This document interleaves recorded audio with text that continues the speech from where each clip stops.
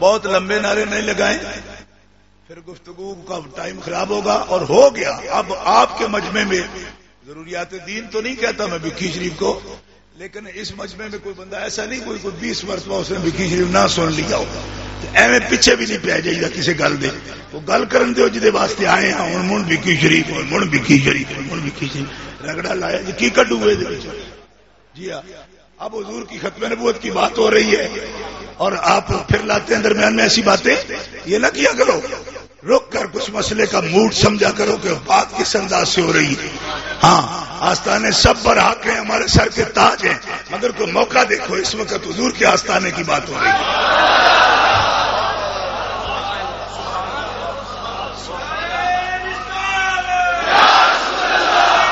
اس انداز سے بات اختصار کے ساتھ.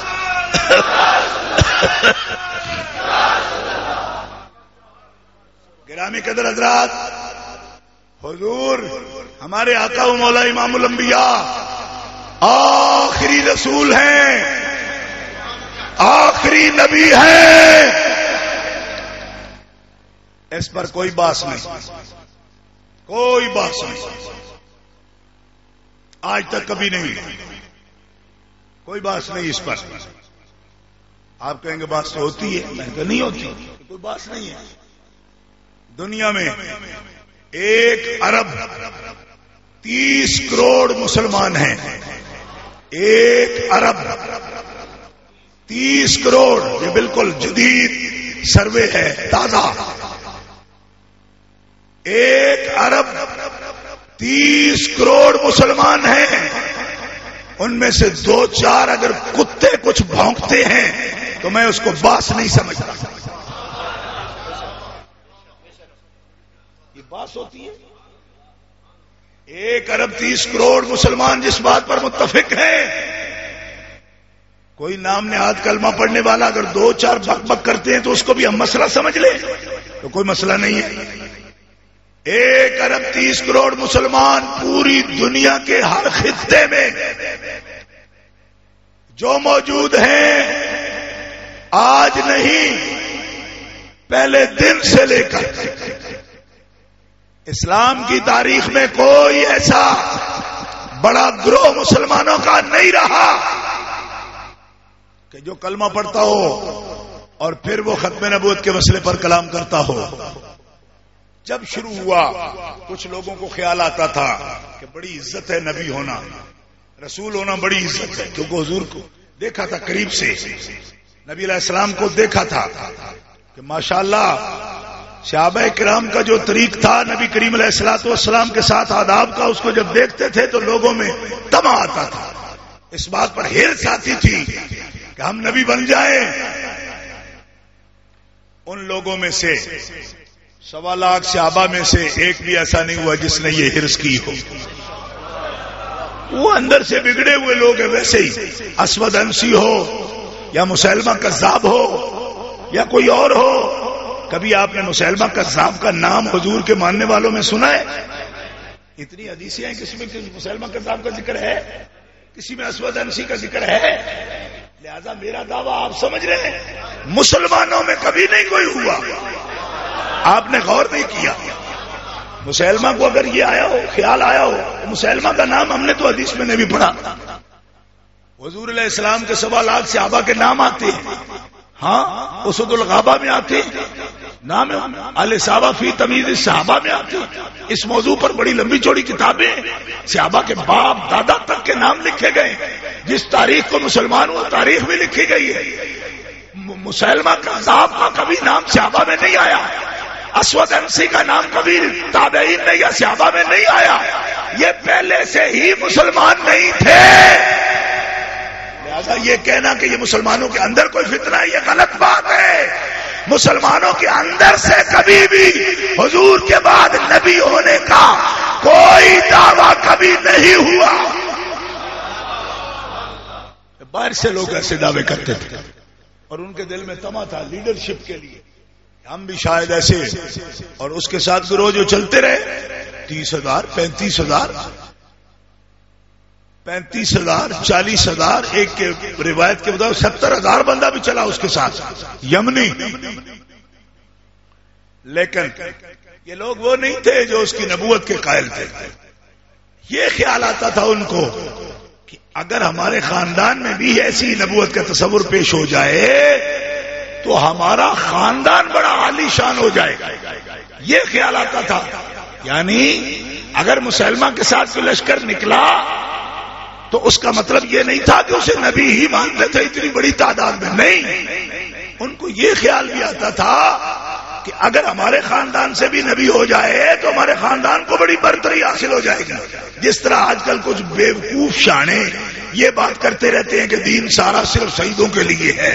تو میں نے کہا بیوقوفو، یہ خیال تو ان کو آتا تھا جو یہ سمجھتے تھے کہ خاندان میں نبی پیدا ہو جائے تو ہمارا ہولڈ ہو جائے گا. تم بھی اس قسم کا خیال رکھتے ہو. اللہ کے نبی نے نبوت اس لیے ان کو حاصل نہیں ہوئی ہے، جدوجہد اس لیے نہیں کی کہ میرے خاندان کا ہولڈ ہو جائے، بلکہ رسول اللہ نے پوری کائنات پر توحید کے ہولڈ کے لیے اور خدا کی بات کے لیے کام.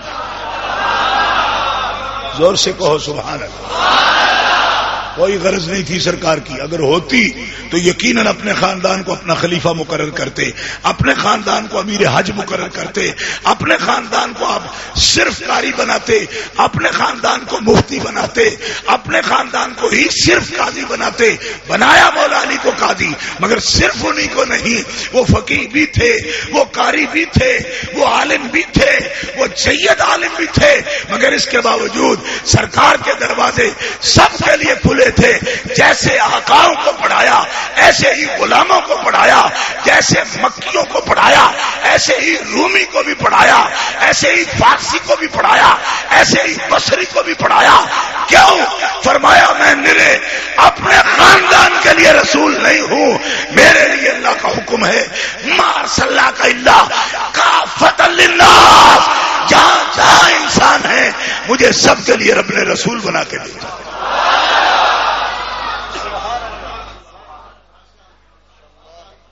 یہ شیعت زدہ دماغ جو ہے وہ اس قسم کی باتیں سوچا کرتے ہیں تو غلط ہے. وہ سوچ بھی غلط ہے، ہم اس کو مسترد کرتے ہیں. ہم اس طرح کے لوگ نہیں ہیں. ہمارے سنت و جماعت، ہمارا ایک اپنا اصول ہے، علم کلام ہے، ہمارا ایک مکتب ہے. ہم کھینچت تانی کر کے ادھر ادھر سے باتیں پکڑ کے کھڑے نہیں ہوئے. ہمارا مکتب سب سے پرانا ہے. اہل سنت کا علم کلام، عقیدے کا علم سب سے پرانا ہے، کیونکہ اس کی جڑیں مولا علی شیر خدا تک جاتی ہیں، سیدنا ابو بکر صدیق تک جاتی ہیں، حضرت عمر فاروق تک جاتی ہیں، حضرت عثمان غنی تک جاتی ہیں، حضرت ابو درداء ابو موسیٰ عشری تک جاتی ہیں، اور اس کی جڑیں عبداللہ ابن مسعود تک جاتی ہیں، عبداللہ ابن عباس تک جاتی ہیں، عبداللہ ابن عمر تک جاتی ہیں. اور ان کا مرکز و منبع جناب محمد رسول اللہ کی ذات گرامی ہے. اور سنی علم کلام کی اصل اور بنیادی جڑ خود خدا کی وحی ہے، جہاں سے اکتساب نور کر کے مسلک اہل سنت کو وجود میں لایا گیا. اب لوگ ہمیں ویسے دھمکیاں دے رہے جی ہم اچھا سمجھا سکتے ہیں. میں نے کہا تم کہاں سمجھا سکتے ہو؟ تمہاری کوئی اصل نسل ہے ہی نہیں، بنیاد ہی نہیں، تیری کوئی بنیاد ہے ہی نہیں. تو جس کی بنیاد کو نہیں وہ کیا سمجھائے گا؟ پہلے اپنی تاریخ پیش کر کے تو آیا کدھر سے؟ اہل سنت کی تو ایک تاریخ ہے.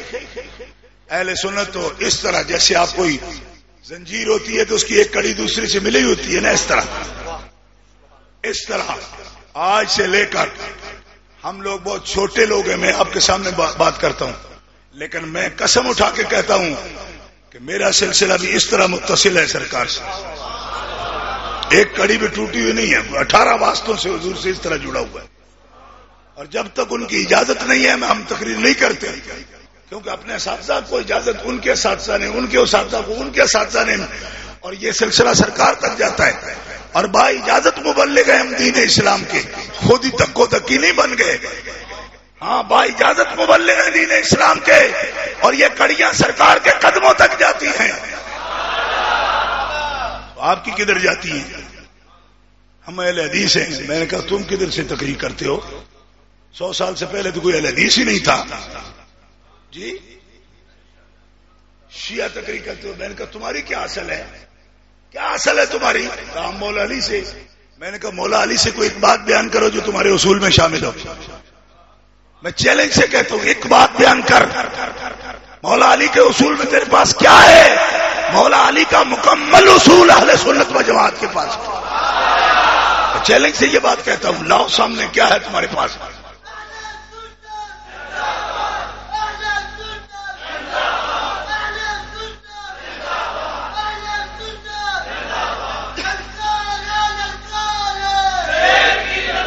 مجھے ایک آدمی کہنے لگا ہو گیا ہو گیا ہو گیا بس ہو گیا، ہلکار ہے شیر کی تو ہو گیا، بات کرنے دو. مجھے ایک آدمی کہنے لگا ان کو بھی حق ہے، بات کرنے دو ان کو. میں نے کہا حق ہے، ان کو ہے کہ حق ہے بات کریں، لیکن ہمیں بھی حق ہے کہ ہم ان کی تردید کریں. جی ہم اپنے ہاتھ سے پانی تو نہیں دے سکتے نا ان کی جڑوں کو. ہمارا حق ہے کہ ہم یہ بات کہیں، ان سے پوچھیں، ان سے تقاضا کریں کہ لاؤ جو کچھ سامنے لاؤ. کوئی تاریخ نہیں ان کی، کوئی اصل نہیں. شیعہ کا ایک اصول بھی قرآن پاک سے ثابت نہیں ہے، اپنی طرف سے سب کھڑی ہوئی باتیں ہیں. اور اہل حدیث ان سے تو شیعہ پرانے، شیعہ پرانے، ان کی تو کوئی بات ہی نہیں، نام تک نہیں تھا ان کا، ایسے ہی خام خام. اور گجرانوالا اللہ باویں، یہاں تو کوئی چوڑوں کا مذہب نیا نکل آیا، تب بھی ان کے بھی مسجدیں بن جائے گی. اب دیکھو یہ ضلع شیخ پورہ، ضلع گجرانوالا، ضلع سیالکوٹ، ان 3 ضلعوں میں بڑی بیماری ہے، اہل حدیثوں کی بھی بڑی بیماری ہے. اتنی کوئی سوچتا ہی نہیں. اس طرح جیسے کوئی ساون بھادو میں ڈڈو نکل آتے مینڈک، ان کی طرح ان کی مسجدیں بن رہی، اور سوچنے کو کوئی تیار ہی نہیں ہے کہ ہے کیا چیز کیا ہے ان کے پاس، دلیل کیا ہے. تمہارا مسلک اگر سب سے بڑا مسلک تھا تو پھر 13 صدیوں میں وہ کدھر رہا؟ 13 صدیاں مفقود رہا وہ، اور 13 صدیوں کے بعد اتر آئے. یہ کیا بات ہوئی؟ سنی بھائیوں، ختم نبوت کا مسئلہ میں نے پہلے عرض کر دیا، مسلمانوں میں اس بارے میں کبھی دو رائے نہیں رہی، کبھی دو رائے نہیں. علماء میں، محدثین میں، مفسرین میں. دیکھو یہ بڑی بنیادی بات ہے جو عرض کر رہا ہوں. جس مسئلے میں اختلاف کی گنجائش ہوتی ہے علماء اس کا پورا تجزیہ کرتے ہیں. آپ نے کبھی فقہ کی کتابیں پڑھی ہو تو آپ کو اندازہ ہو ہر مسئلے پر اختلاف ہو جاتا ہے. ہر مسئلے پر ایک ایک دلیل کو چھانا جاتا ہے، پیٹا کوٹا جاتا ہے. امام ابو حنیفہ یہ کہتے ہیں، کیوں کہتے ہیں؟ کیونکہ ان کے پاس یہ دلیل ہے. امام شافعی اس کے مقابلے میں یوں کہتے ہیں، کیوں کہتے ہیں؟ کیونکہ ان کے پاس یہ دلیل ہے. کبھی آپ جائیں کسی مدرسہ میں، آپ سمجھتے ہیں کہ شاید یہ بڑے آسان علم پڑھتے ہیں، آپ جائیں تو آپ کو لگے کہ یہ تو استاد پاگل ہو گیا ہے، 2 سطریں پڑھا رہے ہیں اور 2.5 گھنٹے گزر گئے. کبھی سبق دیکھیے، آپ کو پتا چلے کہ علماء کی ہمتیں کس کام پر لگی ہوئی ہیں. لوگ سمجھتے ہیں پروفیسر بڑا پڑھاتے ہیں، ڈاکٹر بڑا پڑھاتے ہیں، خاک پڑھاتے ہیں. وہ ہدایت پڑھا کے دکھائیں، میں سمجھتا ہوں کہ وہ پڑھا سکتے ہیں. اگر پڑھائیں گے بھی تو ترجمہ کریں گے کسی اردو کتاب سے، جسٹس امیر علی کا ترجمہ لے کے بیٹھ جائیں گے. لیکن جو علم و حکمت کے دریاب آتے ہیں ہمارے علماء، کبھی آپ جاؤ، دیکھو، بیٹھو، آپ کو پتا چلے کس طرح فقہ پڑھائی جاتی ہے. گرامی قدر حضرات، کبھی بھی ابھی بڑا خطرناک مسئلہ شروع ہونے والا ہے، اس سے پہلے سن لو سلوک کے ساتھ یہ بات کہ کبھی بھی 1428 سال میں مسلمانوں میں اس مسئلے پر کبھی اختلاف نہیں ہوا. متفقہ مسئلہ ہے کہ حضور آخری نبی ہے. کہہ لو سبحان اللہ، زور سے کہو، زور سے کہو. او آخر تک پتہ نہیں یہ شیشے کے پائر بندے نظر آتے ہیں. او بولو ایک دفعہ زور سے میری آواز کے ساتھ آواز ملا کے کہو سبحان اللہ. مجھے کوئی کتاب پیش کر دے جس میں لکھا ہو نہیں 1 صدی میں اس مسلمان نے یہ کہا ہے کہ حضور کے بعد بھی نبی ہو سکتا ہے. کوئی کتاب پیش کر دو. ایسے ہی قادیانیوں نے جو ٹی وی قائم کیا ہے نا، اس کا نام رکھا ہے مسلم ٹی وی. اس کا نام مسلم ٹی وی ہے. یہاں جن لوگوں کے پاس ڈش ہوگی نا وہ دیکھ سکتے ہیں اس کو، یا کیبل وغیرہ پر بھی شاید آتا ہو، مجھے تو پتہ نہیں ہے، لیکن ڈش پر بہرحال، کیونکہ ڈشیں تو انہوں نے لگائی ہوئی ہیں، ان کی نشانی یہ ہے جدھر ہوتے ڈش لگاتے ہیں. اس کی وجہ ہے کہ ڈش سے وہ دیکھتے ہیں اس کو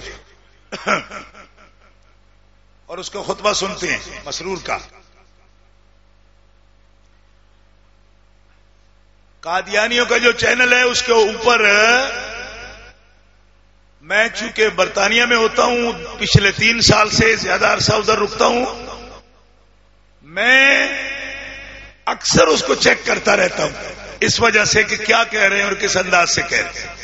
علماء کے لیے میرا مشورہ یہ ہے، اور صرف علماء کے لیے، آپ چیک کیا کریں، کیونکہ جب آپ کو پتہ ہی نہیں کہ وہ کیا بولی بول رہے ہیں تو رد کیا کریں گے آپ. یہ بات بہت ضروری ہے. کوئی بھی عقیدہ ہو، عوام کے لیے میں مشورہ دیتا ہوں وہ چیک نہ کریں. کیوں؟ کہ ان کے پاس توڑ کوئی نہیں. عوام کے لیے ہمیشہ کہتا ہوں کہ وہ چیک نہ کریں، نہ ان کو کریں، نہ وہابیوں کو کریں، نہ شیعوں کو کریں. کیوں؟ صرف وہ چیک کر سکتا ہے ان کو جس کے پاس ان کے دلائل کا توڑ ہو. جس سنی کی ابھی یہ حالت ہو کہ جن نے لایا گلی میں وہ دناڑی چلی، اس کو یہ حق نہیں کہ وہ ان کی محفلوں میں بیٹھے اور پھر ہمیں کہے اس سے کیا فرق پڑتا ہے. مجھے پڑتا ہے، پڑتا ہے. کہا بیٹھنے سے کیا پڑتا ہے؟ میں کہ پہلے بندہ باندھا ہی جاندیاں لیٹ تو نہیں جانا.